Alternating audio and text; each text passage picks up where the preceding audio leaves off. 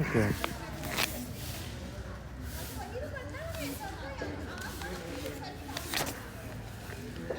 So see, we will discuss something important, which is very very important, right? Yeah. See, that day we have already discussed like constitutional bodies, non-constitutional bodies, and everything, right? But now we are going to discuss something important, What? right? Which you might not know from prelims point of view, Okay. right? Yeah. Give me. Yeah. Now pay attention here. Yeah.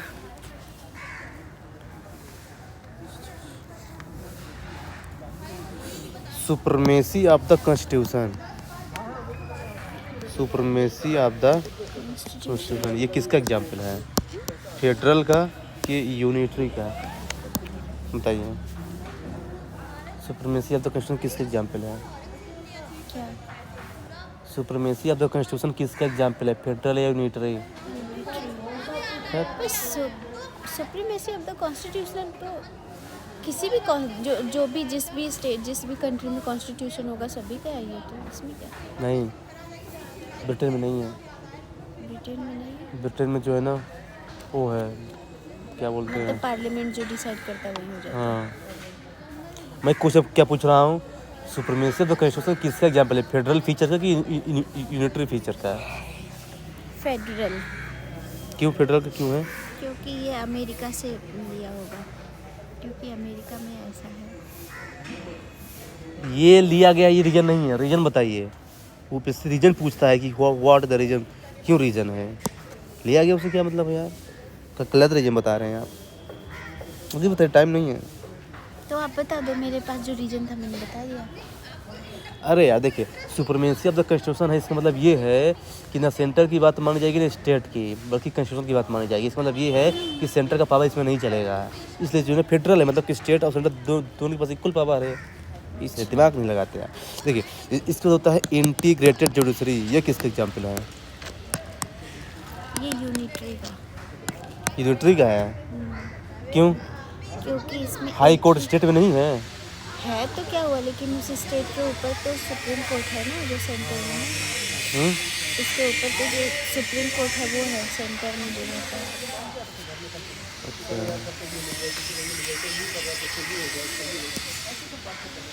और independent of judiciary, independent of judiciary, ये किसका example है? Independent of judiciary example है का क्या मतलब कि judiciary independent है, इसमें किसी का कोई वो नहीं चलेगा। हाँ, तो ये किसका? फेडरल की यूनिटरी का है?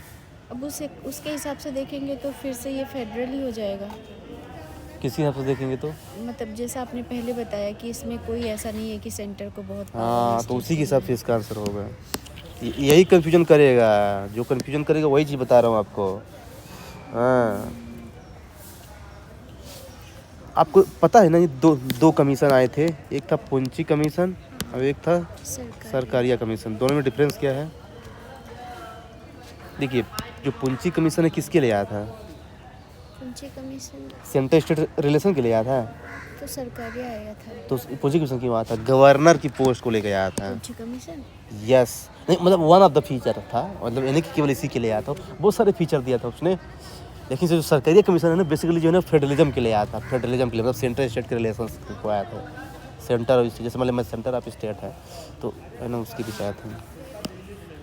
3 कमीशन इसमें बताते हैं। राजा मन्नार कमेटी, हाँ, राजा मन्नार कमेटी, वो गवर्नर के लिए बेसिकली आया था। वो गवर्नर के लिए आया था। ये और जो पुंची था वो, ये दोनों।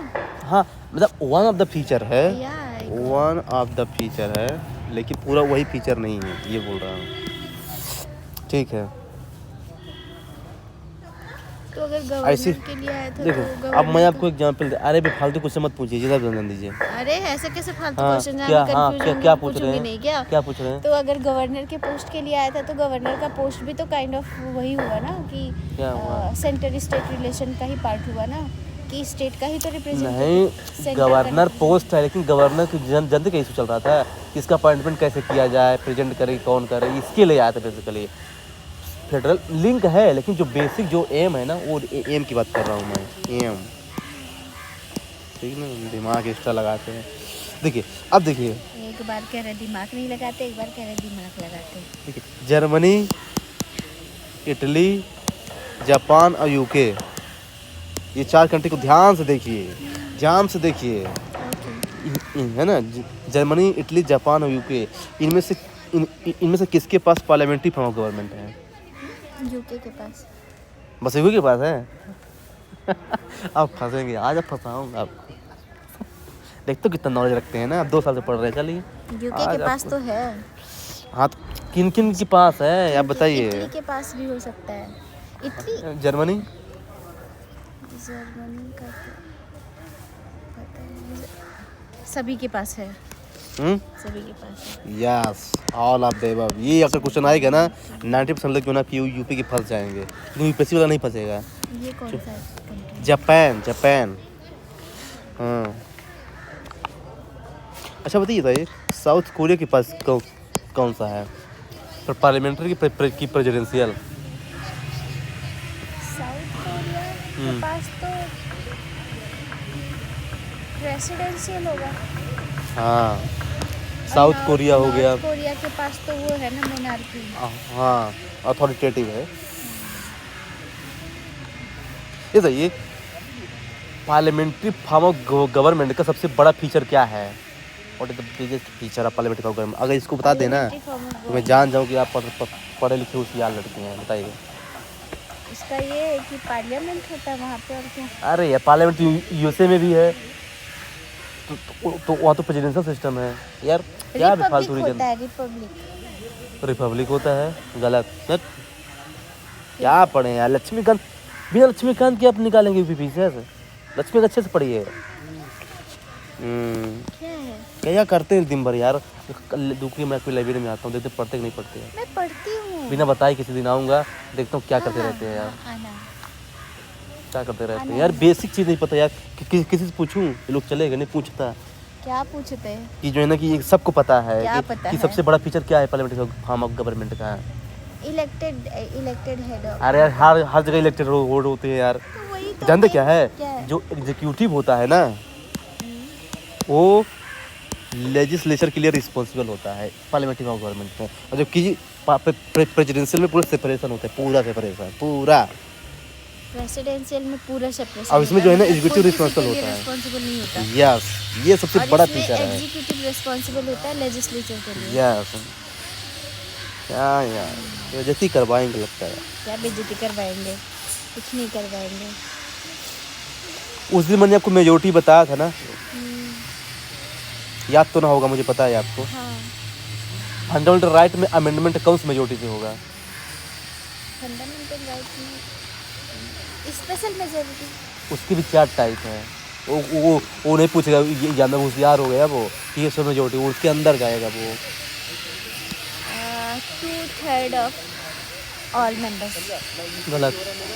2/3 ऑफ ऑल द मेंबर जो है प्रेसिडेंट के रिमूवल में होता है, इम्पीचमेंट में केवल इम्पीचमेंट में होता हाँ, है। Total all the member. हाँ ओके, तो इसमें प्रेजेंट एंड वोटिंग होगा। हाँ, प्रेजेंट इन वोटिंग होता है इसका। यार, कुछ नहीं पढ़ के रिवीजन, क्या? कुछ रिवीजन करके नहीं आए हैं। क्या है? मैंने रिवीजन किया है, लेकिन रिवीजन में ऐसे थोड़ी राइट टू प्रॉपर्टी कौन से अमेंडमेंट से हटाया गया है? फंडामेंटल राइट, मतलब राइट टू प्रॉपर्टी को 42 से। बिल्कुल 44 गलत है। से 44 से। यही पढ़ के आए, दोनों ऑप्शन देगा वो, 40 से 44 दोनों देगा वो, और यही पे गलत करके आएंगे। हाँ, मैं पहले ही लगा दूंगी। वो दिखेगा ना, रिजल्ट अगर खराब रहा ना तो बताता हूँ आपको। क्यों मैं मेरा रिजल्ट खराब होएगा तो मैं भी खराब हो जाऊंगी, ऐसा ना हो। मैंने पढ़ा है। खराब होएगा ही नहीं। फंडामेंटल ड्यूटी में जो नया फीचर ऐड किया गया था, वो कौन से अमेंडमेंट से किया गया था? फंडामेंटल ड्यूटी का जो 11th वाला पार्ट। हाँ, कौन से अमेंडमेंट थे? 44, 42, या 24 या 61?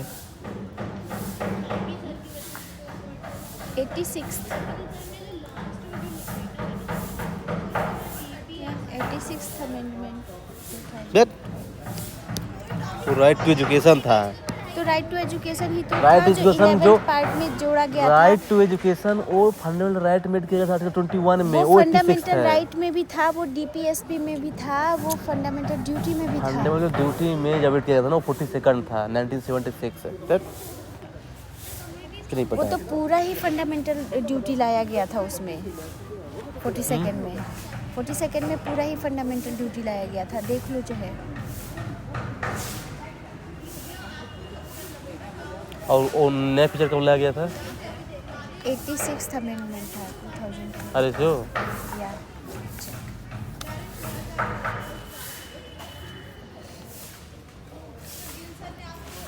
When was new feature was added to fundamental duty in India?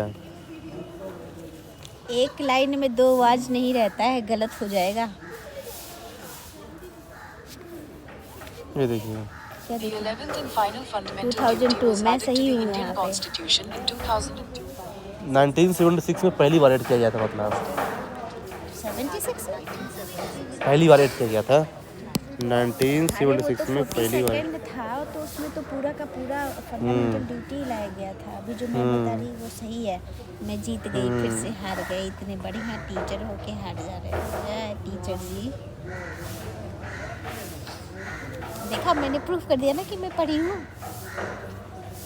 कौन सा अमेंडमेंट जो है ना ये क्लियर कर दिया था कि जो है ना जो प्रेसिडेंट होता है ना वो बाइंड होगा on the advice of cabinet. वो 42nd था, इंदिरा गांधी ने करवाया था। फिर 44th पे इसको हटा दिया गया कि नहीं, ऐसा नहीं होगा। Creation of all India judicial service कौन से अमेंडमेंट के अंदर आया था? All India judicial service. ये अगर आ गया ना तो आप 100% गलत करेंगे। 1965 नहीं, ऑल इंडिया सर्विस है, ऑल इंडिया जुडिशियल सर्विस की बात कर रहा हूँ। जुडिशियरी वहीं से तो लिया गया था, उसी वहीं से तो अपने कॉन्स्टिट्यूशन में no dear, no no no no no, वैसा नहीं किया गया था।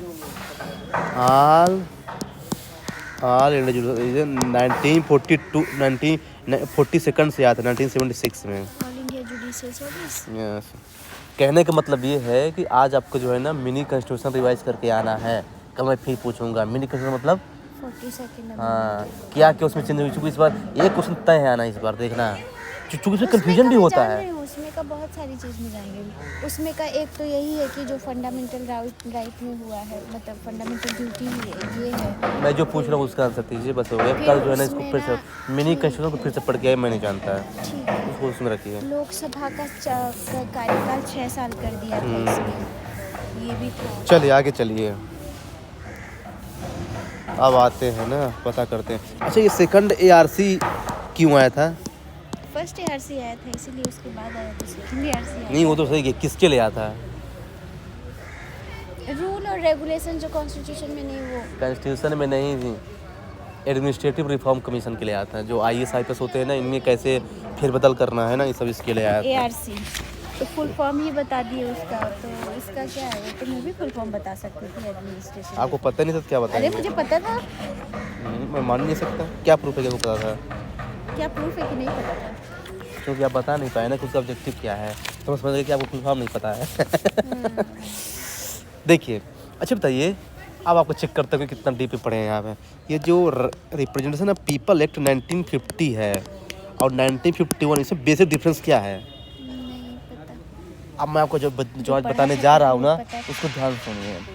इसमें जो है ना वोटर के पर्सपेक्टिव से लिखा गया है और इसमें जो है ना पॉलिटिकल पार्टी के पर्सपेक्टिव से लिखा गया है। कहने का मतलब ये है कि वोटर की क्वालिफिकेशन, वोटर की मिनिमम एज, वोटर किसको वोट देगा, ये सब लिखा गया है 1950 वाले में। अभी तो कह रहे थे कि ये वो एडमिनिस्ट्रेटिव सिस्टम के लिए है। आप कह अरे रहे हो रिप्रेजेंटेशन ऑफ पीपल की बात कर रहा हूँ मैं, तो वही तो उसी की वो हम ARC की बात कर रहा था।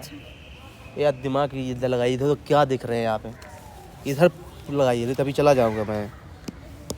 मतलब 2 दिन बाद एग्जाम है, कहाँ सोच रहे वो हैं आप? ARC था, ये क्या है? रिप्रेजेंटेशन। इसका नाम नहीं सुने हैं आप पॉलिटिक्स अरे में? हाँ सुनी हूँ यार, मैं कंफ्यूज हो गई। मारे जाएंगे बता रहा हूँ। हाँ एक तो ऐसे भी देखिए, तो मैं बोल रहा हूँ जो चीज़ बता रहा हूँ ध्यान से उन्हें कोई नहीं बताएगा। इसमें आपको ये ध्यान रखना है। अब देखिए यूपीएससी ऐसा कंफ्यूज कर देगा ना अभी ये स्टेट पीसीएस कि इसका इसमें देगा इसका इसमें लोग कंफ्यूज हो जाएंगे। बता रहा हूं, इसमें वोटर के पर्सपेक्टिव से लिखा जाएगा और इसमें जो है ना पॉलिटिकल पार्टी के पर्सपेक्टिव से लिखा जाएगा। यानी इसमें पॉलिटिकल पार्टी की क्या क्वालिफिकेशन होगी ये लिखा जाएगा। इसमें वोटर की क्वालिफिकेशन हो इसमें ये लिखा जाएगा। ध्यान रखना है। रिप्रेजेंटेशन ऑफ पीपल्स एक्ट हाँ 50 हाँ। और 51। अब मैं इससे क्वेश्चन पूछता हूँ आपको कि प्रिपरेशन ऑफ इलेक्टोरल रोल्स ये इसमें होगा कि इसमें होगा? उसमें होगा 51। बिल्कुल गलत है यार। इलेक्टोरल रोल्स मतलब कि वोटिंग लिस्ट कौन प्रोवाइड करेगा? इसमें ना होगा। तो वोटिंग लिस्ट तो वही लोग प्रोवाइड कराते हैं ना। पागल है क्या? Election commission of India provide करता है वोटिंग लिस्ट है। ये करेगा पॉलिटिकल पार्टी करेगा? पागल है क्या? वो तो कंटेस्ट करते हैं इलेक्शन को। यार क्या होगा दिमाग यार है वो। मुझे लगता है कि नहीं किया। चलो कोई बात नहीं। क्लियर वो तो रिजल्ट ही बताएगा। चलिए आगे देखिए। अब बताइए आप क्या? Right to vote fundamental right है? नहीं। कॉन्स्टिट्यूशनल राइट है? कॉन्स्टिट्यूशनल राइट हो सकता है 326 ऐसा कोई वो है उसमें। हो सकता है। अभी इसमें भी डाउट है। नहीं है। इंट्रोडक्शन ऑफ नोटा कौन से के अंदर आया था? इसके अंदर कि इसके अंदर आया था? अब इसको बता दीजिए जान जाओगे आपको इस बार जो है प्रीलिम्स निकल जाएगा। इंट्रोडक्शन ऑफ नोटा ये होगा 50 होगा। बिल्कुल गलत। 51 तो आखिर ये भी तो इलेक्शन कमीशन ऑफ इंडिया ही करेगा, पॉलिटिकल पार्टी नहीं करेगा। नहीं तो आप गलत पढ़ा रहे हो। नहीं गलत नहीं वो सही है। इसको बाद में ऐड किया गया इसलिए इसमें ऐड किया गया 51 वाले में।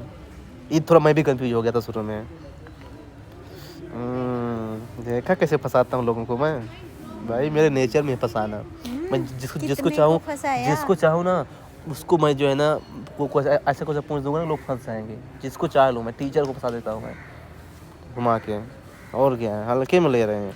नहीं हल्के। अच्छा तो इलेक्शन जो इलेक्शन ऑफेंस होता है इलेक्शन ऑफेंस ये किस में मेंशन होगा? मतलब जो इलेक्शन के टाइम में जो कुछ गलत करेगा काम तो उसको जो है ना उसके अंदर अरेस्ट कर लिया जाएगा। तो इसके अंदर किसके अंदर है? 50 में। हाँ ये तो आप पकड़ लिए बात है। ये ध्यान रखिएगा बहुत ज़रूरी है। कोई बात नहीं जहाँ जहाँ मिस्टेक करो उसको ध्यान रखिए। तो पार्ट 20 में क्या मेंशन है? इमरजेंसी कौन से पार्ट में मेंशन है? इमरजेंसी 18 में है। और पार्ट 20 में क्या है? 20 में अमेंडमेंट है। और पार्ट 15 में क्या है? 15 में इलेक्शन कमीशन ऑफ इंडिया है। थोड़ा बहुत पढ़े हैं मतलब? अरे मैं थोड़ा बहुत नहीं, मैं बहुत अच्छे से पढ़ी हूँ। अच्छा पर बात ये है ना अच्छा कि बताइए आपका कंसेप्ट बहुत एकदम जड़ से क्लियर है। मेरा उतना जड़ से क्लियर नहीं है। अगर मान लीजिए किसी पर्सन को एंटी डिफेक्शन लॉ के अंदर अरेस्ट करना है तो उसमें किसकी परमिशन जरूरी है? अब मारेगा मजा। ऐसे क्वेश्चन घुमा के पूछोगे आप। परमिशन किसकी जरूरी है? चलिए अब उसके बिना परमिशन की आप किसी को अरेस्ट नहीं कर सकते, किसी के खिलाफ कोई एक्शन नहीं ले सकते एंटी डिफेक्शन लॉ के अंदर। कौन है यार? देखिए एंटी डिफेक्शन लॉ कहाँ आता है? लोकसभा में। तो कौन करेगा? स्पीकर करेगा। और कौन करेगा? पागल आदमी है। किससे बात कर रहे हो? एंटी डिफेक्शन लॉ को हिंदी में क्या कहते हैं? हिंदी में पढ़े हैं आप? मैंने दल बदल वाला वो है जो राजीव गांधी के टाइम पे आया था 52nd अमेंडमेंट के थ्रू। हाँ 52nd अमेंडमेंट 10वां वो है वो हाँ शेड्यूल है। हाँ। अच्छा तो ये शेड्यूल और पार्ट में क्या डिफरेंस है? पार्ट तो कॉन्स्टिट्यूशन का मतलब मेन कॉन्स्टिट्यूशन ही है जो लिखा गया। और शेड्यूल? और शेड्यूल जो हुआ उसमें बाद में ऐड कर दिया। मतलब शेड्यूल का कोई आर्टिकल ऐसे नहीं मेंशन होता है। और पार्ट नहीं तो उसको अलग ही क्यों किया गया बताइए? कुछ हर चीज़ की लॉजिक होता है। कहते हैं कि इसको पहले बनाते बना दिया फिर बाद में जो कुछ रह गया उसके लिए बिल्कुल गलत कर देते शेड्यूल। बिल्कुल गलत। क्या होता है? अच्छा शेड्यूल 1 में क्या है? शेड्यूल 1 में तो वो है यूनियन और स्टेट एंड यूटी। और आर्टिकल 1 में क्या है? उसमें भी यही है। हाँ तो फिर जो बोले जो छूट गया वहाँ डाल दिए हैं। छूटा कहाँ है? दोनों चीज में देखा? तो अगर दोनों एक ही है तो अब आपके लिए होमवर्क कल मेरे को पता करके आएंगे आप कि बताओ ना, मेरे एग्जाम में क्यों यार, इतना अरे परेशान नहीं, करने से नहीं। बाहर है, तो यही बता दो। नहीं कुछ मैं आपको गूगल नाम का किताब दूंगी तब। ये जो है ना मेरी टीचिंग की पॉलिसी है जो है ना कि मैं पहले कुछ चीज़ जो है ना होमवर्क देता हूँ, उसके बाद जो है ना करता हूँ। मेरे क्या टीचिंग होमवर्क दिए बताओ। कल आपको कुछ होमवर्क दिया था यार। वो होमवर्क मैं नहीं पूरा करूंगी वेबिनार सेमिनार के सबसे बीच पहले में। जजिया किसने लगाया था? जजिया फिरोज तुगलक ने। गलत।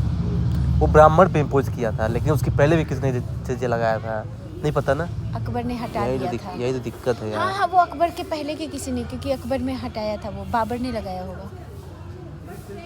फिरोज शाह तुगलक जो बोल रहे हैं आप, तो उसके पहले भी कोई लगाया होगा ना। अलाउद्दीन खिलजी। गलत है अभी भी। अब बताओ आप आप जो है ना इसको सर्च करके आइएगा। दो होमवर्क दिया मैंने आपको। सबसे पहले जजिया किसने लगाया था?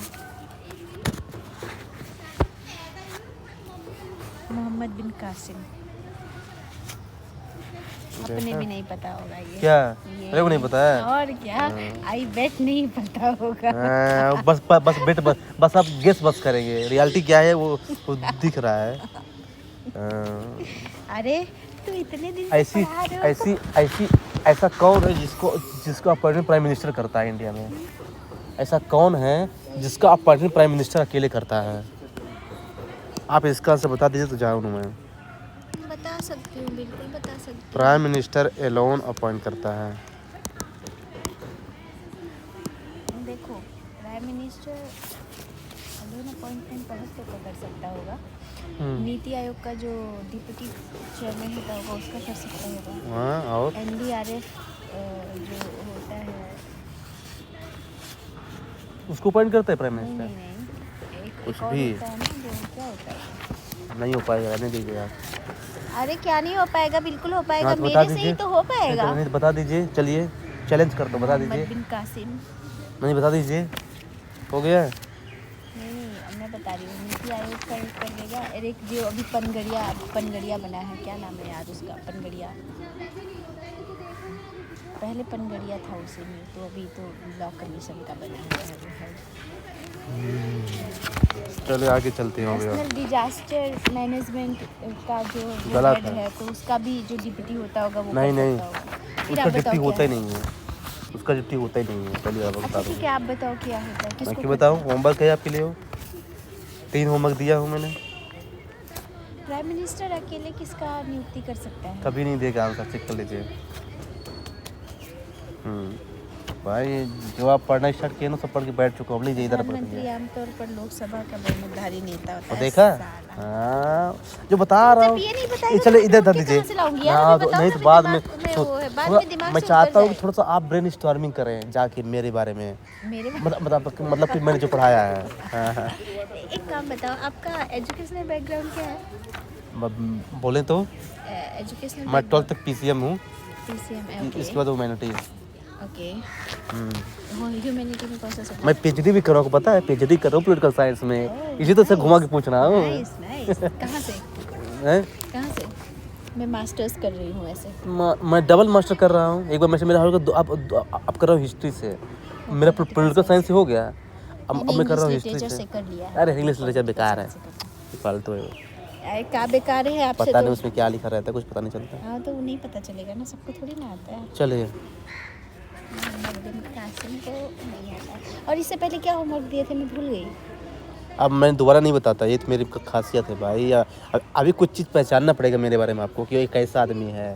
भाई मैं पढ़ाई लिखाई के मैटर में भाई बहुत। बताओ ना कि वो प्राइम मिनिस्टर किसको अकेले नियुक्त करता है भाई यार। अच्छा बताइए, फेडरलिज्म और सेपरेटिज्म में क्या डिफरेंस है? फेडरलिज्म और सेपरेटिज्म में क्या डिफरेंस है? सेपरेटिज्म। हाँ। सेपरेटिज्म मतलब सेपरेट हर चीज़ सेपरेट रहता होगा। फेडरलिज्म जैसे एक है कि वो मिलजुल के करते, भले ही अलग अलग होते हैं, बट उनका फिर एक कुछ होता है जिससे सब।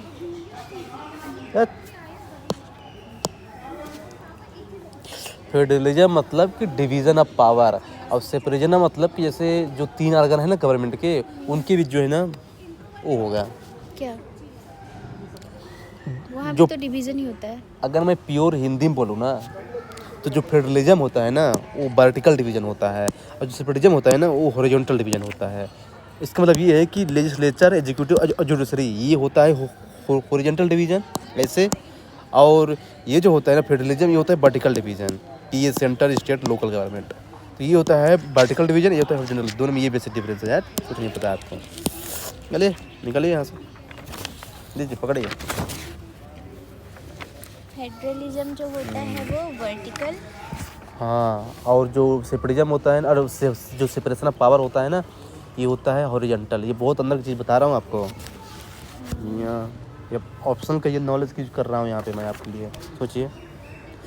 देखिए ये देखिए, ये देखिए आ भी गया। पढ़ने से पहले आए होते तो मैं और अच्छे से पढ़ती, पर कोई बात नहीं, अभी और अच्छे से पढ़ लूँगी।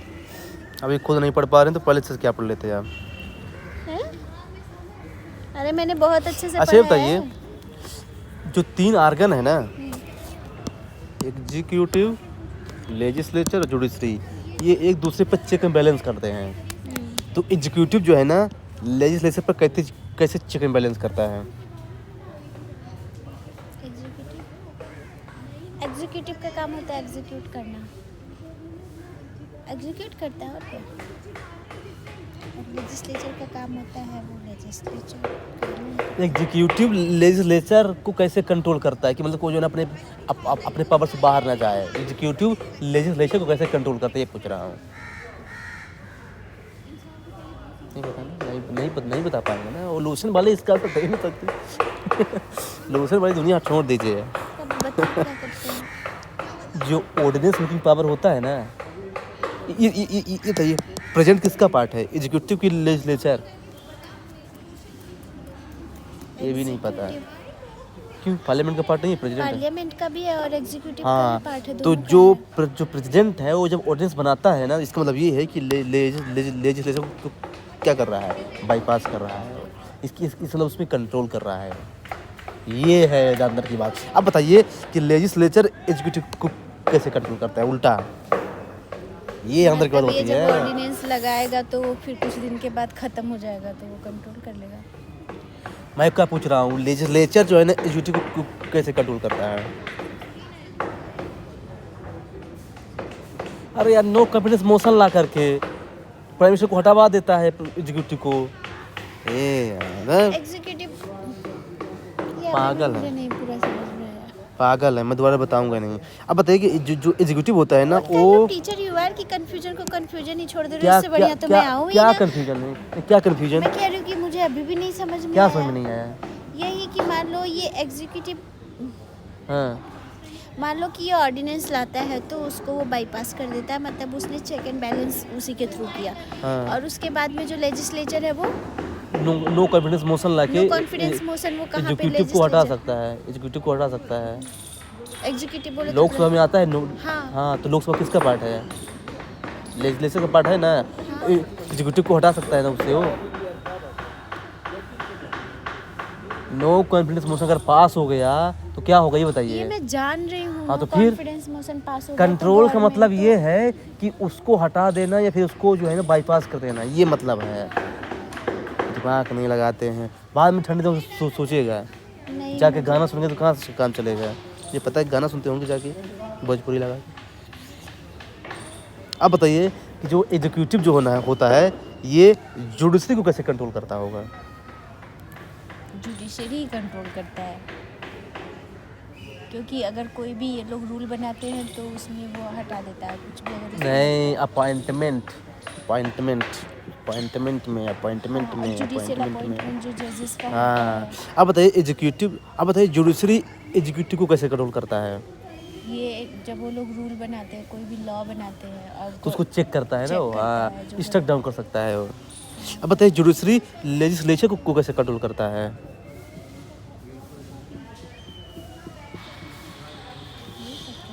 जुडिशरी लेजिस्लेचर को कैसे कंट्रोल करता है? वही रूल्स एंड रेगुलेशन को स्टक डाउन कर देता है। जैसे क्या था, कंप्लीट जस्टिस के लिए आर्टिकल 142 सुप्रीम कोर्ट क्या कर सकता है? कुछ भी कर सकता है आर्टिकल 142 के अंदर वो है। अब बताइए कि 142 अब बताइए लेजिस्लेचर पावर दिया गया है। हाँ, चलिए हो गया, आपसे नहीं हो पाएगा, आगे चलते हैं। मुझे समझ नहीं आ पाएगी, आपको दिमाग करनी है। है क्या मेरे दिमाग का नहीं है? मेरा दिमाग आपसे तेज है, ड्रामा वो मत दिख करो। रहा है और सब रट के हाँ, बताते हैं वो आप। मैं 72 दिन से पढ़ के एक ही चीज़ को कर रहे हैं, कितने लोगों को समझाया है, तो ऑब्वियसली कॉन्सेप्ट क्लियर हो जाएगा। मैंने तो कभी एक इंसान को पकड़ के नहीं पढ़ाया। पकड़ की बात नहीं, आप सोचिए मैं कॉपी चेक करूँ, जॉब कर रहा हूँ, मुझे पढ़ने का टाइम नहीं मिलता, फिर मेरा तो क्या कंसेप्ट हुआ? क्लियर है। तो कंसेप्ट ही तो क्लियर है, रटने वाली चीज़ें तो आपको बड़ी सारी नहीं आ रही है, वो मैं देख रही हूँ।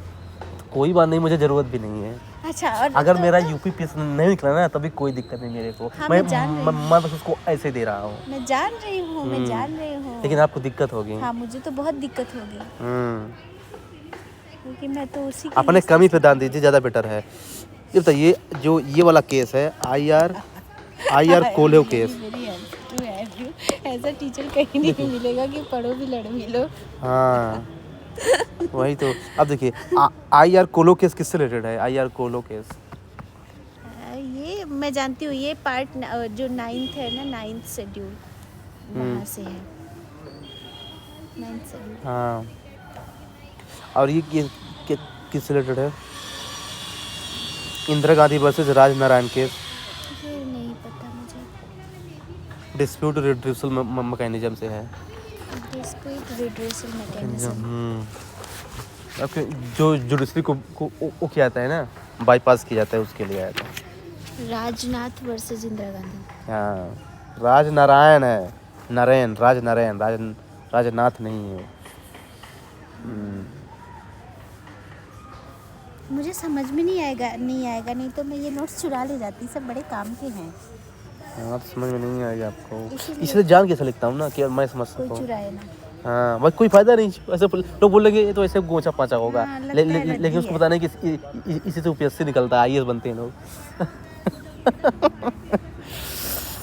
Justice can not be blind to government. इसका क्या मतलब? चलिए इसको पकड़िए, आगे चलते हैं। हाँ, अब चलते हैं बेसिक स्ट्रक्चर पे। ये तो आपको पता होगा बेसिक स्ट्रक्चर। ये सबसे पहले कौन सा केस आया था? शंकरी प्रसाद के गोलकनाथ। गोलकनाथ आया था 67 में, शंकरी प्रसाद आया था 1951 में। ओके, इसके गोलकनाथ के बाद कौन सा आया था? 7th constitutional amendment act. 7th constitution 1964 में 9th शेड्यूल वाज चैलेंज्ड। फिर इसके बाद आया था, देखिए शंकरी प्रसाद की कहा गया कि आप जो है ना अमेंड, मतलब कॉन्स्टिट्यूशन को अमेंड कर सकते हैं। आया था क्या कि नहीं कर सकते हैं? जो केशवानंद भारती है उसमें कहता है कि कर सकते हैं, लेकिन जो बेसिक स्ट्रक्चर होता है। अरे मैं बोल रहा हूँ शंकरी प्रसाद केस में क्या बोला गया था? शंकरी प्रसाद में शायद बोलता है कि वो उसका पार्ट नहीं था, प्रियम्बल अमेंडमेंट आप नहीं कर सकते। शंकरी प्रसाद गोलकनाथ केस में बोला गया कि जो है ना, नहीं शंकरी प्रसाद केस बोला कि आप अमेंडमेंट कर सकते हो मुझे कॉन्स्टिट्यूशन लग रहा है में। कि शंकरी प्रसाद किसी में ये बोला गया था कि प्रियम्बल पार्ट है कि नहीं। और वो तो पता है, मैं अमेंडमेंट की बात कर रहा हूँ कि शंकरी प्रसाद केस में बोला गया कि आप अमेंडमेंट कर सकते हो, क्योंकि शंकर है ना, वो कुछ भी कर सकता है।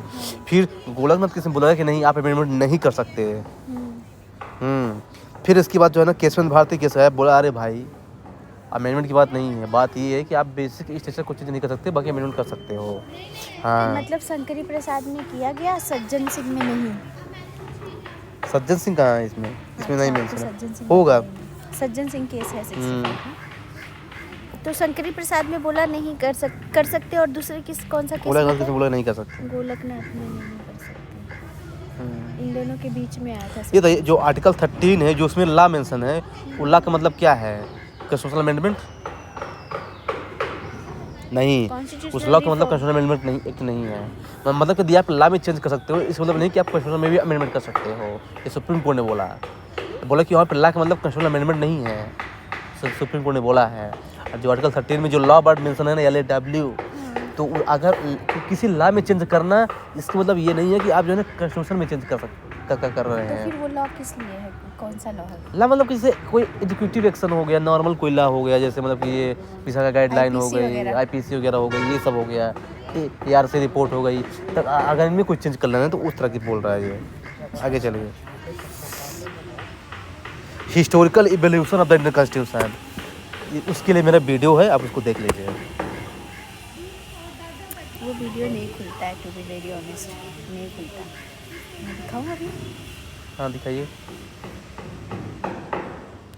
आप उसको डाउनलोड किए हैं पहले? डाउनलोड पहले कीजिए।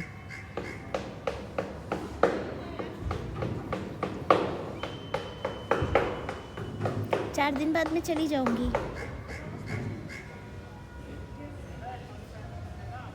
तो चाहता हूँ आज ही चले जाइए।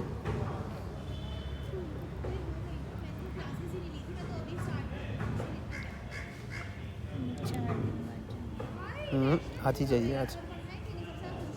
आप जाओ, आज मैं क्यों जाऊँ?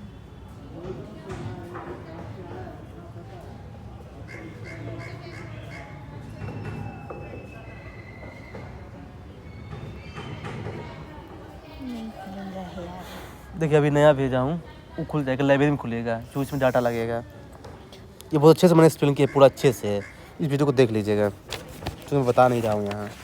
क्या नहीं बता रहे? यही हिस्टोरिकल एवोल्यूशन वाला। हिस्टोरिकल एवोल्यूशन तो यही होता है ना कि सबसे ये प्रेसिडेंट के इलेक्शन में कौन सा बैलेट होता है? यार सीक्रेट बैलेट कि ओपन बैलेट? Secret ballot. और राज्यसभा के मेंबर के इलेक्शन में? वहाँ भी सीक्रेट बैलेट। गलत, ओपन बैलेट। ये राज्यसभा आएगा ना, आपके जैसे लोग फंस जाएंगे। राज्यसभा के मेंबर के इलेक्शन में ओपन बैलेट होता है। दोनों में होता है प्रोपोर्शनल रिप्रेजेंटेशन के थ्रू वोट, लेकिन उसमें जो होता है ना सीक्रेट बैलेट होता है प्रेसिडेंट के इलेक्शन में, लेकिन राज्यसभा के मेंबर में जो है ना ओपन बैलेट होता है। अरे हाँ मैं जानती हूँ, दिखा के देना पड़ता है वोट, है ना? आप बस यही फंस जाएंगे अंदर। हाँ हाँ हाँ। राज्यसभा मेंबर को चूज करने के लिए ओपन बैलेट। ये बताइए, जो राइट टू प्रॉपर्टी को फंडामेंटल राइट से हटा दिया गया, तो इसका मतलब ये है कि आप किसी भी आदमी से जो है ना गवर्नमेंट जो है प्रॉपर्टी ले सकती है। देखो गलत। ले सकती है, मुआवजा देता है। नहीं, गलत गलत।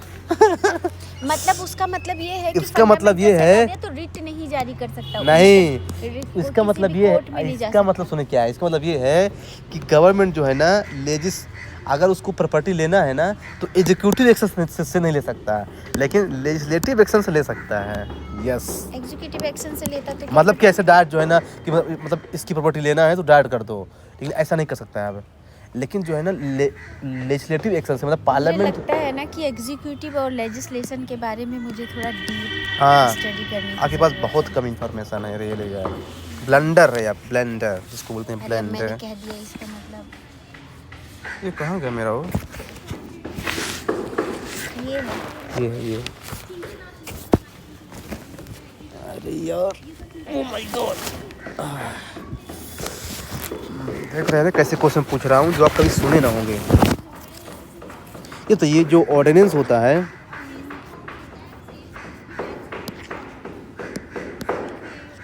और जो ऑर्डिनेंस होता है, तो क्या इससे हम कॉन्स्टिट्यूशन में अमेंडमेंट कर सकते हैं? नहीं। और अगर कोई बिल प्राइवेट मेंबर लाता है तो क्या वो कॉन्स्टिट्यूशन में अमेंडमेंट कर सकता है? नहीं कर सकता है। प्राइवेट मेंबर बिल से। यस, प्राइवेट मेंबर केवल मनी बिल नहीं ला सकता है, लेकिन कॉन्स्टिट्यूशन अमेंडमेंट कर सकता है। शशि थरूर ट्राई किया था एक बार, मेरा फेवरेट है आदमी, और उसकी इंग्लिश बहुत ज़बरदस्त, इंग्लिश गजब का आदमी है। और उसका बेटा वैसे ही है, वो भी खतरनाक इंग्लिश बोलता है, ट्रेन कर दिया है। और कुछ लोगों को जो है ना बेसिक चीज़ नहीं पता है। कुछ लोगों को तो मेरे जितना भी नहीं तो पता है। मैं आपको कहाँ नाम लिया, मतलब आप अपने को समझ लिए आप। मैं आपका कहाँ नाम ली हूँ, आप भी तो अपने को समझ लिए।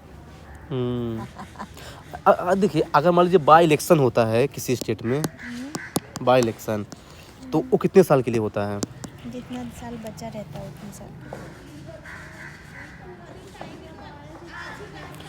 9th शेड्यूल में जो चीज़ें मेंशन है, क्या उसका जुडिशियल रिव्यू हो सकता है? हाँ, पहले नहीं हो सकता अब था, हो सकता है। और अब हो सकता है। कब से? 10th शेड्यूल आया तो 10th शेड्यूल तो वो है 1952 से तो आया था। वो 9th शेड्यूल था। 10th शेड्यूल तो अगर कोई आदमी अगर अपना रेजिग्नेशन देगा ना तो हमेशा अपने बड़े आदमी को देता है, सही है क्या? नहीं, राष्ट्रपति तो उपराष्ट्रपति को देता है, स्पीकर डिप्टी स्पीकर को देता और अगर कोई आदमी अगर ओथ लेता है तो हमेशा अपने बड़े आदमी से ओथ लेता है वो, सही है ये? नहीं, क्यों? क्योंकि प्रेसिडेंट को ओथ दिलाता है चीफ जस्टिस ऑफ इंडिया। तो क्यों उससे बड़ा नहीं है वो? नहीं चल, गलत। नहीं ये है सही बड़ा। है, ये सही है, ओथ वाला सही है। क्या सही? ओथ वाले में हमेशा उससे बड़ा वाला ही ओथ दिलाएगा। अब देखिए, अब आप प्रेजेंट का एग्जाम्पल लेंगे तो प्रेजेंट अपवाद है, क्योंकि उससे बड़ा कोई पोस्ट है नहीं इंडिया तो में, वही तो, इसलिए। इसीलिए तो लेकिन और सबके केस में अप्लीकेबल है ना। ओथ के केस में हमेशा उससे बड़े वाला ही ओथ दिलवाएगा, वो श्योर है। लेकिन रिजाइन के केस में जो है ना, छोटे वाले को ही रिजाइन दिया जाता है।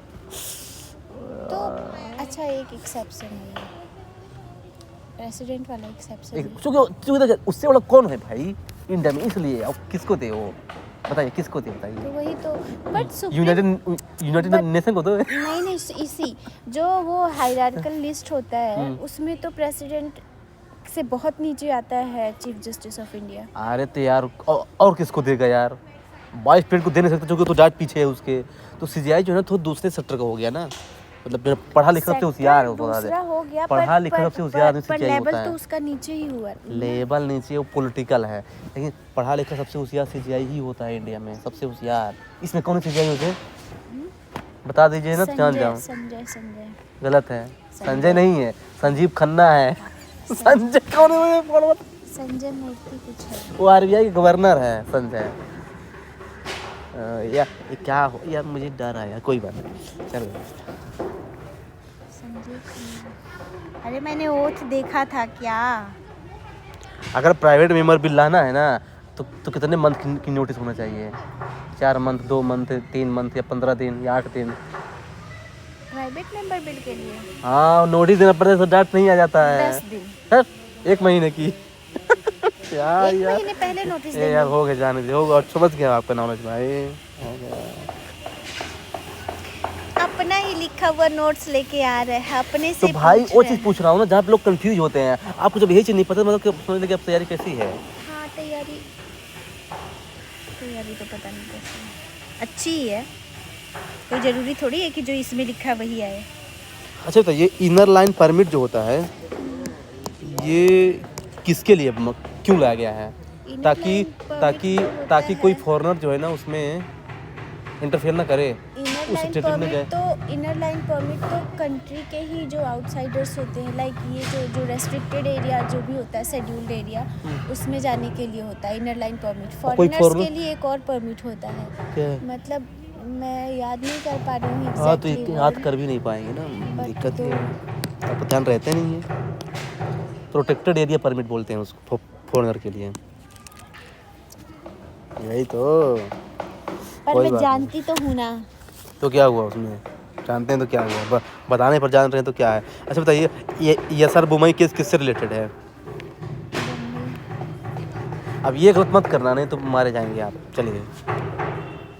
मैं इस राइटिंग को पढ़ भी नहीं पा रही कि हाँ, बता दूँ। तो मुझे पता है, इसे तो दिखा रहा हूँ, लीजिए, देख के आंसर नहीं दे सकते यार। आर्टिकल 356 से रिलेटेड है। किससे रिलेटेड? अब क्या है आर्टिकल 356? आर्टिकल 356 क्या है? इमरजेंसी। हाँ, कौन सी इमरजेंसी? स्टेट इमरजेंसी, उससे रिलेटेड है एसआर बुमई के। Yes. National emergency 42, 52, 56 state emergency, मतलब जिसको राष्ट्रपति शासन बोलते हैं। ऐसा नहीं। सरकारी कमीशन कब आया था? सरकारिया 1984। नहीं, 83। और पुंची कमीशन 2007 में। पुंची 2007 में। और बेंकचालिया कमीशन 2007 में भी है। बेंकचालिया बैंक चलैया जो भी है 2007। हाँ। फर्स्ट कैग कौन था इंडिया में? First controller general of India Vinod Rai. First Vinod Rai थे, उन्होंने ही तो कांग्रेस का गवर्नमेंट हमारा चौपट कर दिया। करियप्पा था, केएम करियप्पा। चेक कीजिए, हुआ द फर्स्ट विनोद राय पे केएम करियप्पा, दोनों में से कोई एक था। विनोद राय तो कांग्रेस का जब चेक कीजिए यार, government थे। आपका दिमाग काम नहीं करेगा, मुझे पता है। First CAG of India Narhari Rao. क्या? Narhari Rao. B Narhari Rao was the first controller general of India. अच्छा, तो विनोद राय जो है अभी रिसेंट का था, आई हाँ, थिंक। तो उसमें तो आपका दिमाग नहीं काम कर रहा था, मैं कह रही थी कि वो अभी का है। अरे तो मैं कंफ्यूज था ना, कि मैं कंफ्यूज हूँ। आप कंफ्यूज हो तो आप कंफ्यूज हो, मैं ये कंफ्यूज तो हूँ तो मेरा ये दिमाग पूरा ही खराब। फैक्चुअल चीज़ है, इसमें कंफ्यूज कोई भी हो सकता है, लेकिन आपका कंसेप्चुअल चीज़ बहुत कमज़ोर है यार। हाँ तो मैं क्या करूँ तब इसके लिए, तभी तो आ रही हूँ ना। चलिए हो गया, हाँ चलते हैं आगे। अच्छा ये बताइए अटॉर्नी सुनो, आपके साथ डिस्कशन नहीं करने लायक है, एग्जाम 4 दिन बचा, आप मुझे डिमोटिवेट कर रहे हो यहाँ पहुँच डिमोटिवेट नहीं, आपको ये बता रहा हूँ कि आपको आपको पढ़ाई मुझे कैसे करना बताना है। चाहिए, आपको ये बताना चाहिए कि ये ऐसे पढ़ना है, आपको ये नहीं कहना चाहिए कि होगा अच्छा ही बताइए, नहीं, होगा ही होगा ही नहीं, नहीं बोल ऐसे रहा हूँ, है, ऐसे ये है, ये है। बोल रहा हूँ कि आपको पढ़ना कैसे है, ये चीज़ आपकी कमी निकाल करके है। हाँ, तो देखिए कमी बताया देखिए जाता दो है। तरह के टीचर होते हैं, एक जो है ना बस स्टूडेंट को पढ़ा दिए, कोई मतलब नहीं कि वो पढ़े या ना पढ़े। मैं जो है ना आपको टारगेट कर रहा हूँ कि आप कहाँ कहाँ गलती कर रहे हैं। हाँ तो इसलिए ये तो बहुत अब अच्छी देखिए बात है, अटॉर्नी पर general don't of India, demotivate अब मी। देखिए हाँ, जो मैंने आपको क्वेश्चन पूछा ना वो बहुत लोगों को पता है। अब मान लीजिए उससे क्वेश्चन देखना आप, अच्छा जो सब्जेक्ट मैं डिस्कस कर रहा हूँ ना, देखना उससे क्वेश्चन आपको फंसेंगे बीपीएस में। आप बताना मेरे को पेपर के बाद शाम को कि कौन क्वेश्चन मेरे फंसे हैं, चाहे पॉलिटी का हो, चाहे इकोनॉमी का, ज्योग्राफी का, चाहे मैपिंग का हो, चाहे हिस्ट्री का हो, सब क्वेश्चन फंसेंगे देखना। ये सारा चुरा लूँ क्या, इसको पीस के इससे कोई चीनी फायदा घोल नहीं के है। पी अब लेंगे। देखिए जो ये बताइए अटॉर्नी जनरल ऑफ इंडिया जो है ना, ये गवर्नमेंट सर्वेंट है कि पब्लिक सर्वेंट है, मतलब प्राइवेट सर्वेंट है? ये कोई सर्वेंट नहीं है। प्राइवेट सर्वेंट है ये, गवर्नमेंट सर्वेंट नहीं, ध्यान रखना। इसका मतलब ये है कि प्राइवेट प्रैक्टिस कर सकता है। अच्छा, अच्छा इसको ऐसा क्यों बनाया गया है फिर? क्या अटॉर्नी जनरल को हम्म, क्या ऐसा क्यों बनाया गया, मतलब? कि जो है ना ये मतलब प्राइवेट प्रैक्टिस कर सकता है, मतलब क्योंकि इंडिया में क्या है ना, बहुत सारे लोग जो है ना दलील वकील करते हैं, तो क्या है कि अगर इसको गवर्नमेंट बना दिया गया है तो फिर जो है ना केस और पेंडिंग हो चला जाएगा। इसलिए क्या है ना कि ये जो है ना इमरजेंसी केस में जो है ना प्राइवेट केस भी डील कर सकता है अपार्ट फ्रॉम द गवर्नमेंट, इसे ध्यान रखिएगा। दूसरी चीज़ कि ये क्या बोर्ड दे सकता है? नहीं। हाँ बोर्ड नहीं सकता, पार्टिसिपेट कर सकता है, ध्यान रखिएगा। ये है, तो ये थोड़ा सा इम्पोर्टेंट था। बाकी आपको पता है कि जो ना अटॉर्नी जनरल ऑफ जो इंडिया जो है ना, या आर्टिकल नंबर कौन से में है? 76 में। एमएलए की क्वालिफिकेशन कॉन्स्टिट्यूशन में मेंशन है? ये भी पूछता है फिर से, ये चीज़ मेंशन है कि नहीं कॉन्स्टिट्यूशन में? हाँ अब बताइए, तो फैक्चुअल है, बताइए। एमएलए का जो होता है वो नहीं। मेंशन है कई 25 साल किसकी मेंशन है? ये थे एमएलए की तो है। हाँ तो फिर ये कॉन्स्टिट्यूशन में नहीं मेंशन है? मेंशन है। है। और एमपी का? अगर इसका है तो एमपी का भी है, 25-30 उसका भी है। वो तो मेंशन है कॉन्स्टिट्यूशन में इसका। हम्म। और कैग का ओथ कहाँ मेंशन है? कैग का ओथ के बारे में कुछ नहीं, उसका शेड्यूल में है उसका, कौन सा शेड्यूल में? आर्टिकल नहीं शेड्यूल 3 में है। शेड्यूल 3 में तो ओवरऑल सभी का ओथ है। सभी का नहीं है, एमपी एमएलए का नहीं है। जिसका कॉन्स्टिट्यूशन में मेंशन होगा उसका शेड्यूल में मेंशन नहीं होगा। तो शेड्यूल कॉन्स्टिट्यूशन का पार्ट नहीं है, शेड्यूल अलग चीज़ है। या what is the difference between part, constitution and schedule? Schedule separated है, शेड्यूल कॉन्स्टिट्यूशन का पार्ट नहीं है। डिफरेंस क्या है? हम तो कॉन्स्टिट्यूशन के साथ ही उसको पढ़ते हैं ना। शेड्यूल काइंड ऑफ मतलब जो है ना अलग से एक मतलब जो है ना अटैचमेंट है उसमें, कॉन्स्टिट्यूशन का पार्ट नहीं है, ये बोल रहा हूँ। प्रीएम्बल है पार्ट, कॉन्स्टिट्यूशन वो नहीं है। शेड्यूल कॉन्स्टिट्यूशन का पार्ट नहीं है। नहीं है।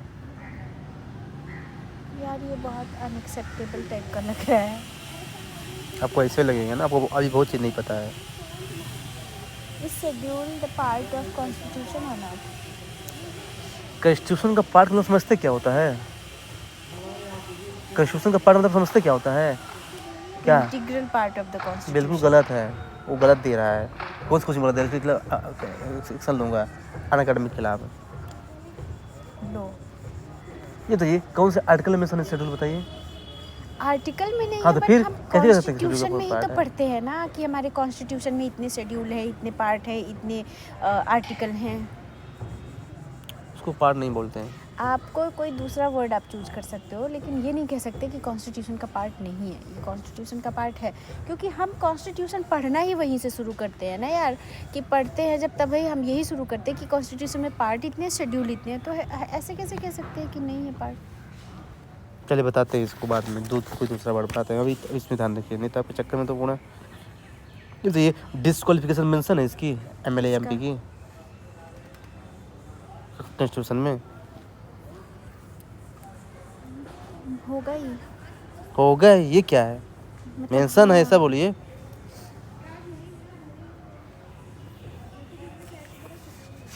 कोई बात नहीं,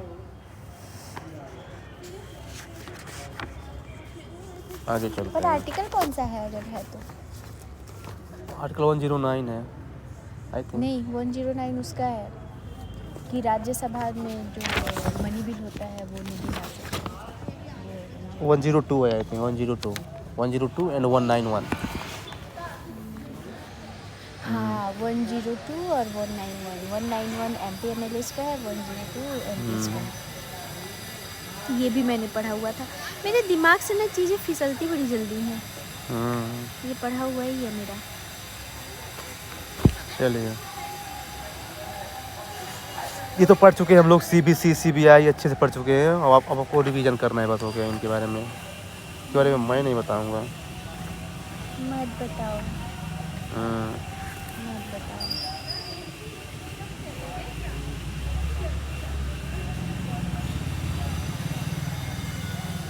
preamble is a source of constitution.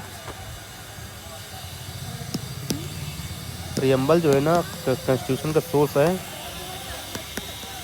Statement कुछ हद तक गलत, बिल्कुल गलत। Preamble is neither the source nor limitation of the Constitution. Despite it is a part of the Constitution, but it is not neither source nor limitations. ये बहुत important चीज़ है, लोग कंफ्यूज हो जाएंगे इसमें, सोचेंगे कि ये पार्ट है, इसमें मतलब यानी सोर्स है। नहीं, सोर्स नहीं है, ये बस काइंड ऑफ एक ऑब्जेक्टिव प्रोवाइड करता है, एक जो है ना कि मतलब कि मेंशन है।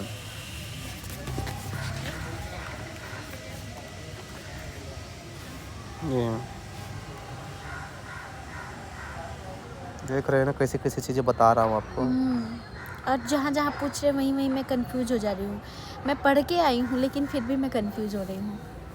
कोई बात ऐसे नहीं, एग्जामिनेशन हॉल में भी होगा। अगर आपको सब पता होता तो आप एग्जाम ना निकाल लिए होते इस समय। ये बात सही कहे। हाँ।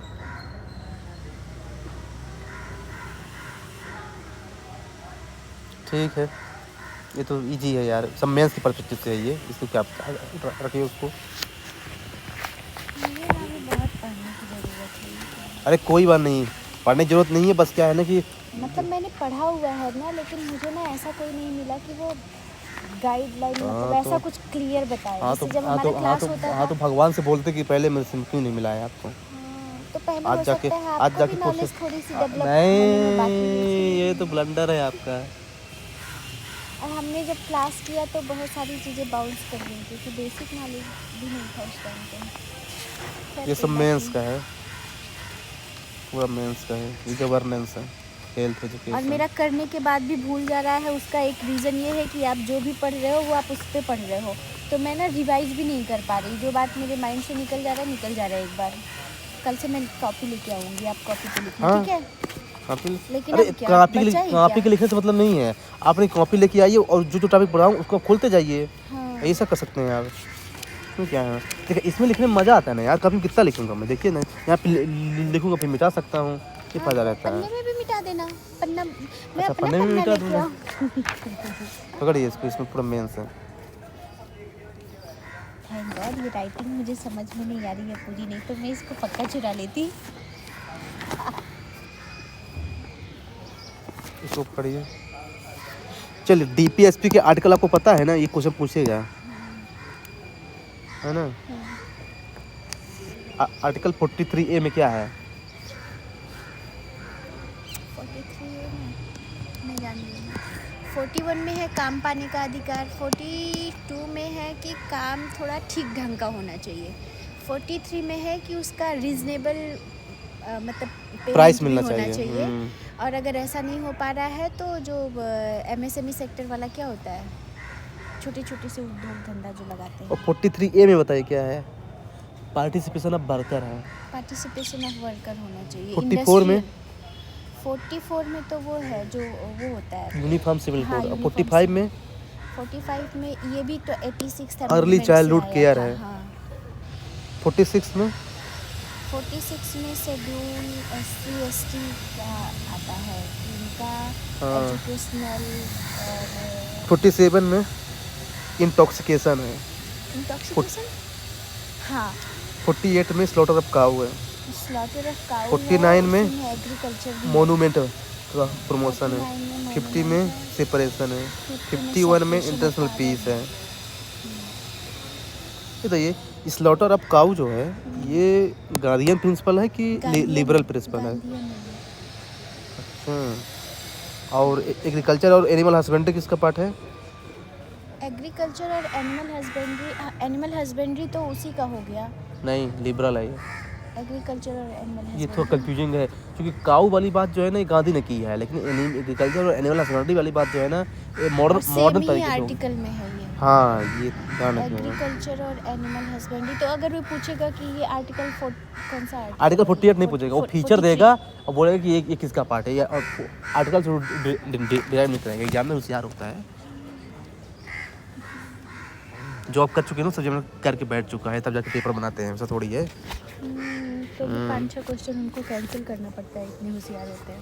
नहीं तो जानते क्या मिसप्रिंट या फिर जो भी और दिक्कत होगी ना, क्योंकि उसमें कई सारे लोग होते हैं बनाने वाले ना, तो कहीं भी गलती हो गलत सकती हो है। जाता है, आंसर गलत हो जाता है, ऑप्शन ही आंसर का गलत दिया था ऐसा कुछ। तो वो तो आप भी 2-3 क्वेश्चन सिली मिस्टेक करके आ जाते हैं पेपर में, गलती तो सबसे हो मेरी जाती है। तुलना उससे काहे कर रहे हैं, मैं तो हूँ ही जमीन पे अभी, वो तो यहाँ है।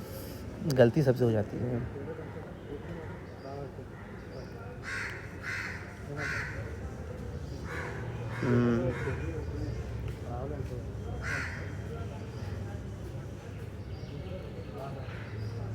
ठीक ना, ये आर्टिकल पढ़ लेना, इसमें रटने वाली चीज़ें हैं, क्या बताऊँ इसको रखिए हुए।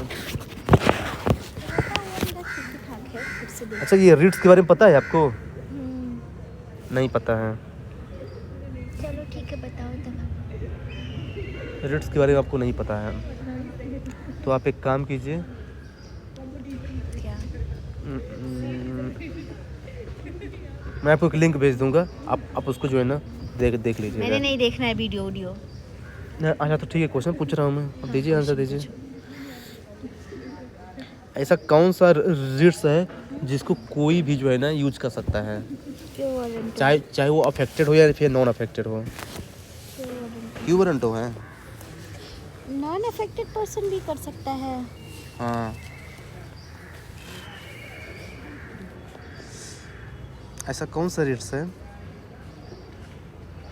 हाँ, मैं एग्जाम्पल पूछता हूँ, जैसे मान लीजिए कोई आदमी जो है ना मेरा काम नहीं कर रहा है टाइम पे, अब मैं राशन कार्ड बनवाने ले गया, वो बोलते हैं भाई आज नहीं करूँगा, कल करूँगा, आज नहीं करूँगा, कल करूँगा, तो मैं कौन सा रीड्स यूज कर सकता हूँ?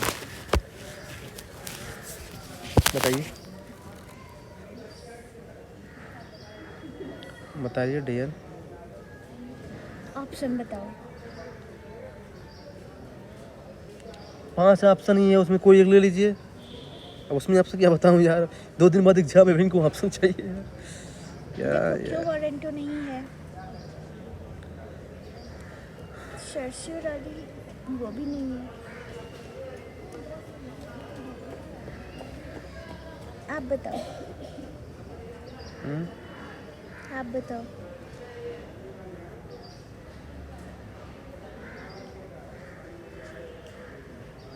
मैं आपको एक कुछ भेजने वाला था यार, हाँ, यही भेजने वाले थे। मैंने उसमें इतना अच्छा समझाया है ना, कोई नहीं समझा पाएगा। भेज दो, ज़्यादा लंबा तो नहीं, लेकिन आप जो लिंक भेजते हो, टू बी वेरी ऑनेस्ट, वो खुलता नहीं है, मैं बोर हो जाती हूँ खोलते खोलते, फिर मैं छोड़ देती हूँ।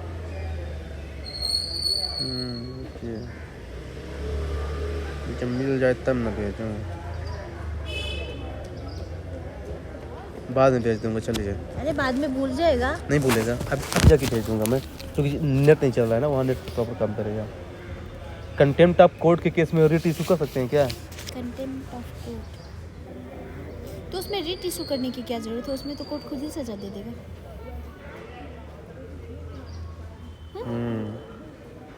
रिट तो होता है जो हमको प्रोटेक्ट करने के लिए होता है ना।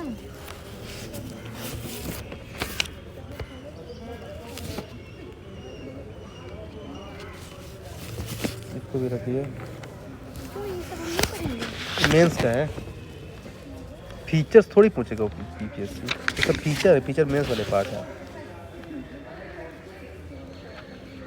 सब मेंस के पार्ट नहीं है। आप ना मुझे लेजिस्लेचर और वो एग्जीक्यूटिव को पढ़ा दो। उसे पढ़ाना क्या है? अरे उसे नहीं पढ़ना है, पढ़ाना है। क्यों नहीं पढ़ाना है? थोड़ा सा पढ़ा दो। 112 आर्टिकल में क्या है? 112 आर्टिकल मुझे पता है क्या है। 112 आर्टिकल में वो है वो, अरे मैं जान रही हूँ वो क्या कहते हैं, मनी बिल तो 110 में है।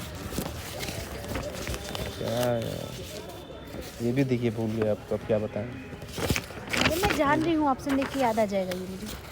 एनुअल फाइनेंशियल स्टेटमेंट है। हाँ,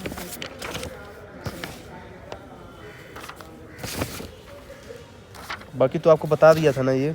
क्या ऐसा पॉसिबल है कि जो बॉडी स्टैट्यूटरी हो वो कॉन्स्टिट्यूशनल भी हो? नहीं, जो स्टैट्यूटरी होगा वो और कॉन्स्टिट्यूशन। क्या ऐसा पॉसिबल है कि जो बॉडी नॉन कॉन्स्टिट्यूशनल हो वो स्टैट्यूटरी हो? हाँ, और क्या ऐसा पॉसिबल है कि जो बॉडी नॉन स्टैट्यूटरी जो बॉडी स्टैट्यूटरी हो वो एग्जीक्यूटिव हो? एग्जीक्यूटिव बॉडी समझते हैं ना? कोई बताइए एग्जाम्पल एग्जीक्यूटिव बॉडी का। एग्जीक्यूटिव बॉडी का कोई एग्जाम्पल बताइए, चाहते जान जाऊँ मैं। अरे नीति आयोग यार, नीति आयोग रेजोल्यूशन से बना है। क्या यार क्या होगा? इसीलिए तो कह रही हूँ कि एग्जीक्यूटिव लेजिस्लेचर का थोड़ा सा बता दो।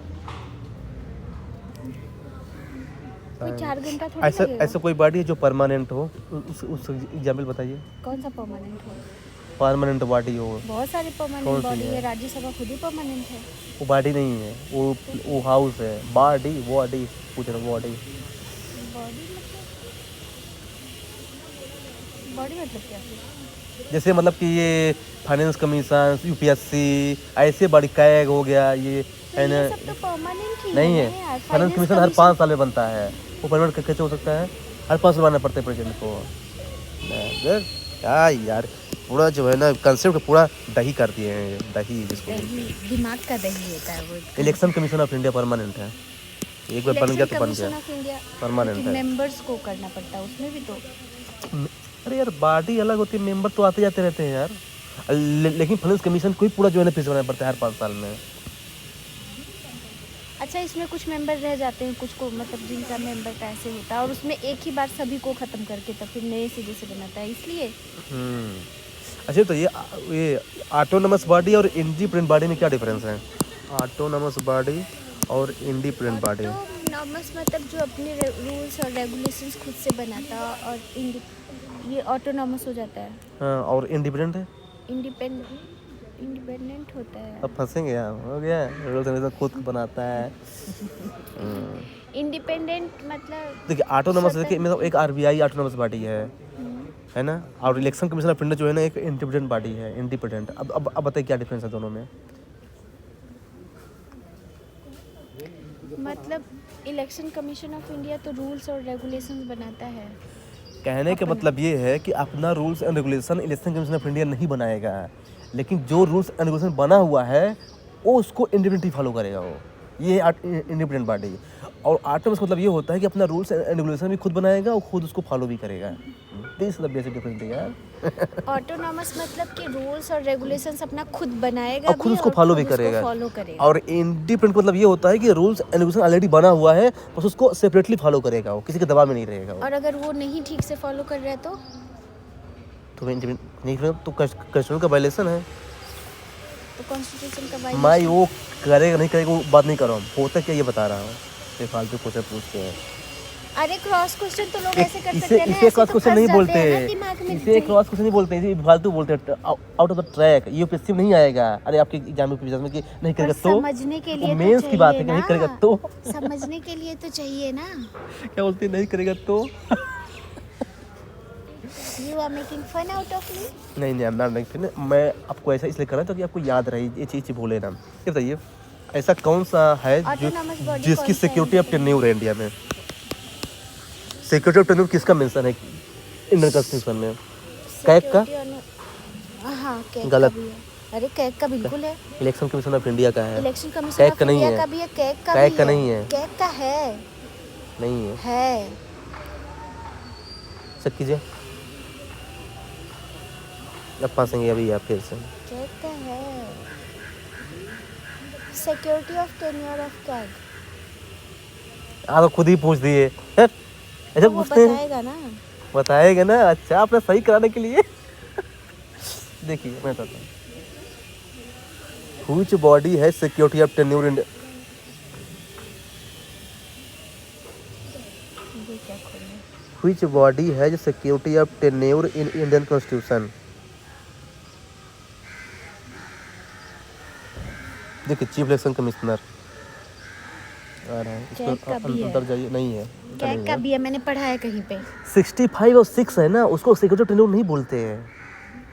देखिए इसमें क्या ऑप्शन दिया है?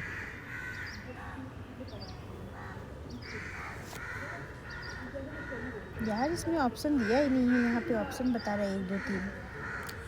किसी आदमी का रिमूवल जो है ना उसके ऊपर वाला ही आदमी कर सकता है, नीचे वाला आदमी नहीं कर सकता है। ठीक ना? But security of tenure CAG का भी है और मैंने इसका वो भी पढ़ा था। जो कॉन्स्टिट्यूशनल पोस्ट होती है ना उसका जो है ना मैक्सिमम एज फिक्स होता है, लेकिन मिनिमम नहीं है। लेकिन जो पॉलिटिकल पोस्ट होती है ना उसका मिनिमम एज फिक्स होता है, मैक्सिमम नहीं। ध्यान रखना है, ये आपको पहले भी बता चुका हूँ मैं। जो कॉन्स्टिट्यूशनल पोस्ट होती है ना उसमें सर्विस कंडीशन जो है ना फिक्स होती है बाय द प्रेसिडेंट। लेकिन जो नॉन कॉन्स्टिट्यूशनल पोस्ट होती है ना उसमें सिक्योरिटी ऑफ टेन्योर जो है ना उसकी सेंट्रल गवर्नमेंट फिक्स करता है। नॉन कॉन्स्टिट्यूशनल पोस्ट का। हाँ सेंट्रल गवर्नमेंट। लेकिन जो जो कॉन्स्टिट्यूशनल पोस्ट होती है उसकी service condition Non-constitutional president fix post। करता है। ये बहुत अंदर की चीज़ बता रहा हूँ। जैसे सेंट्रल इंफॉर्मेशन कमिश्नर, इसकी सिक्योरिटी टेन्योर कॉन्फ्रेंस करता है, सेंट्रल गवर्नमेंट करता है। और स्टेट का कौन करेगा? स्टेट इंफॉर्मेशन कमिश्नर का सर्विस सेंटर ही कंडीशन। करेगा। हाँ सेंटर ही करेगा, स्टेट नहीं करेगा, क्योंकि दोनों को आपस में अपने पास रख लिया ना सेंटर ने। थोड़ा गलत किया है उसे यार, इसमें थोड़ा गलत किया है यहाँ पे। खड़क सिंह केस किससे रिलेटेड है?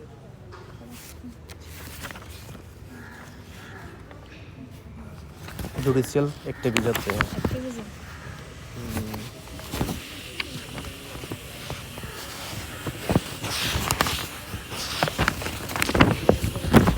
ये देखिए, इसको देखिए ध्यान से। हाँ ये चुराने लायक है। पंचायत रूरल में होता है, म्यूनसिपैलिटी अर्बन में होती है। इसका स्ट्रक्चर ऐसा होता है, ग्राम सभा होती है इसमें, फिर ग्राम पंचायत होती है। ग्राम सभा में 18+ वाले रहते हैं, अडल्ट पूरा। ग्राम पंचायत का एक सेक्रेटरी होता है जिसको हम बोलते हैं क्या, आपकी यूपी में लेखपाल के थ्रू बनता है सेक्रेटरी, ध्यान रखना है। और लेखपाल के थ्रू? हाँ लेखपाल जो बोलते हैं ना यूपी में होते हैं पोस्ट ना, उसी को बोलते हैं सेक्रेटरी। वो ग्राम पंचायत का सेक्रेटरी होता है। हाँ तो उसी के लिए होता है वो। नहीं रुकिए, हाँ हाँ होता है। मेरे एक फ्रेंड के पापा सेक्रेटरी थे, वो प्रधान के साथ रहते थे। हाँ तो ये सरपंच होता है, इसका हेड होता है। ठीक ना? अब इधर देखिए, इधर मेयर होता है म्यूनसिपालिटीज़ में, elected member of the council होता है। फिर इसमें पार्षद होते हैं, 18+ होते हैं। इसमें जो म्यूनसिपल कमिश्नर होता है, ये जो है IAS होता है म्यूनसिपल कमिश्नर। जैसे मान लीजिए कोई अर्बन डेवलपमेंट कमिश्नर। हाँ ये सब वो IAS लेवल का होता है। बाद में फिर इसी का प्रमोशन जो है ना IJDM होता है। डिस्ट्रिक्ट पंचायत में ऐसे होता है, देख लीजिए। इसमें भी IAS होता है हेड डिस्ट्रिक्ट पंचायत का। इसमें मेंबर होते हैं, MLA MP होते हैं। तभी तो यहाँ पे टसल होता है इसके बीच में, क्योंकि दोनों होते हैं, IAS भी होता है, ये भी होता है, MLA MP भी होते हैं, दोनों के बीच टसल होता है यहाँ पे। यहाँ पे विलेज पंचायत में सरपंच होता है, इसका ब्लॉक प्रमुख होता है। जिला पंचायत में ये मेंबर और हेड IAS होता है। मेंबर्स वो होते हैं, हेडमैन IAS होता है। और अध्यक्ष मेंबर ये पंचायत का। ब्लॉक प्रमुख है मैं तभी तो देखिए PM CMO DM, PM centre, CM state और DM जो है ना डिस्ट्रिक्ट में हेड होते हैं, ध्यान रखना है।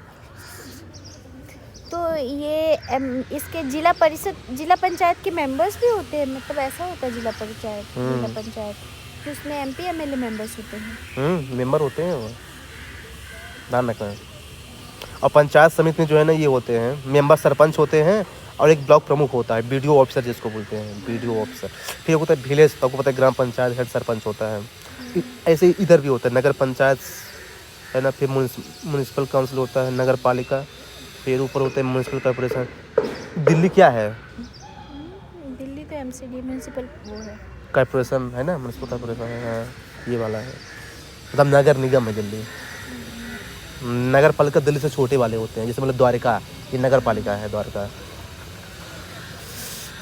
कभी कभी घुमा देता है यहीं पे जानना। ये तो बहुत घुमाएगा, ये तो बहुत छोटे हैं ना, छोटे में ज़्यादा करते हैं। देखिए अल्टीमेटली क्या है ना कि जहाँ जहाँ बेसिक कन्फ्यूजन होता है ना, मैंने वो चीज़ आपको बता दी।